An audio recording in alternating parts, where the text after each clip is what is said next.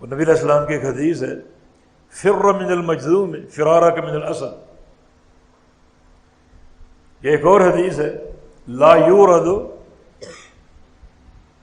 ممرض علی مصح. کیا معنی؟ کہ جو کوڑ کا مریض ہو اس سے بھاگو جیسے شیر سے بھاگتے. اور دوسری حدیث، ممرض یعنی بیمار اونٹوں والے کو مصح صحت مند اونٹوں والوں پر مت چھوڑو. ایک بندے کے بیمار اونٹ ہیں، انہیں صحت مند اونٹوں پر مت چھوڑو. یہ حدیث تو یہ نشاندہی کر رہی ہیں دونوں حدیثیں کہ مرض متعدی ہو سکتا ہے اور ایک کا مرض دوسرے تک پہنچ سکتا ہے. بالکل درست ہے. اللہ تعالیٰ نے مرض کے اسباب بنائے، وہ اسباب اس کے امر سے ہیں. مرض میں ذاتی تاثیر نہیں ہے، ذاتی قوت نہیں ہے، اللہ نے ایک سبب بنایا.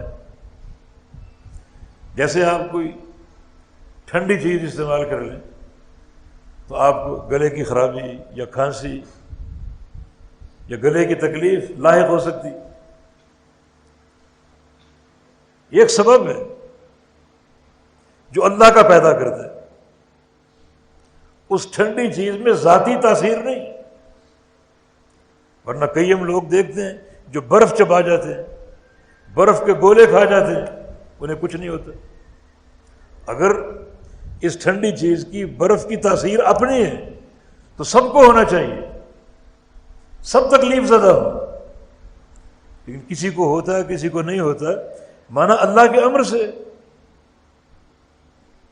ذاتی تاثیر نہیں ہے. اس طرح مرض کا متعدی ہونا بیماری کے پھیلنے کا سبب ہے، مگر یہ پھیلنا مرض کے اپنی تاثیر کے بنا پر نہیں ہے بلکہ اللہ تعالیٰ کے امر سے. تو فرمایا کہ کوئی مجذوم ہو، کوڑھی کا مریض ہو، اس سے بھاگو جیسے شیر سے بھاگتے. یہ کیوں فرمایا؟ یہ ضروری ہے تاکہ آپ احتیاط کے تقاضے پورے کریں. جیسے ڈاکٹر مریضوں کو پرہیز بتاتے کہ فلاں چیز نہ کھاؤ، فلاں چیز نہ کھاؤ، نقصان ہو سکتا ہے، بیماری ہو سکتی. یہ بھی ایک سبب. لیکن جو لوگ یہ عقیدہ رکھتے ہیں کہ مرض کے پھیلنے میں مرض کی اپنی طاقت ہے، اپنی تاثیر ہے، وہ شرک ہے. لیکن عقیدہ یہ ہو کہ مریض کے ساتھ اختلاط کی صورت میں اس کا مرض اللہ کے امر سے ہم تک پہنچ سکتا ہے، یہ عقیدہ توحید، یہ شریعت کی رہنمائی. اور شریعت نے جو بھاگنے کا حکم دیا کہ کوڑھی کے مریض سے بھاگو، اسی لیے تاکہ شیطان تم پر وار نہ کر سکے. آپ ایسے مریض کے قریب جائیں اور وہ مرض آپ میں سرایت کر جائے اور آپ عقیدہ یہ بنا لیں کہ اس مریض سے اختلاط کی بنا پر اور اس سے قرب کی بنا پر مجھے یہ مرض پہنچا. یہ عقیدے کی خرابی. شیطان اپنا وار کر جائے گا. امیر المومنین عمر بن خطاب رضی اللہ عنہ، کوڑھی کا ایک مریض تھا.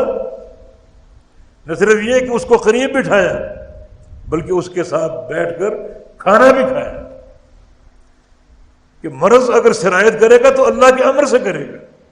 ایسا توکل، ایسا یقین کہ فی نفس ہی اس بیماری میں تاثیر نہیں ہے میرا نقصان کر سکے.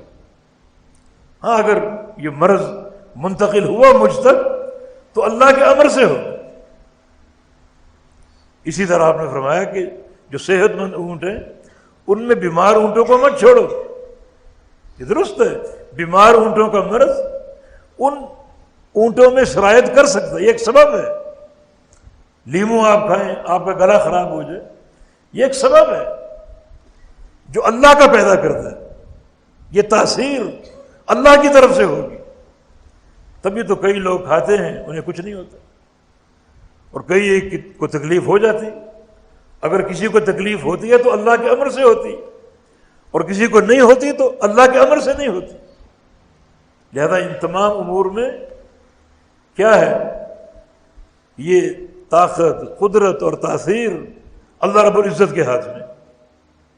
مرض میں ذاتی طاقت نہیں ہے، ذاتی تاثیر نہیں ہے کہ وہ متعدی ہو سکے۔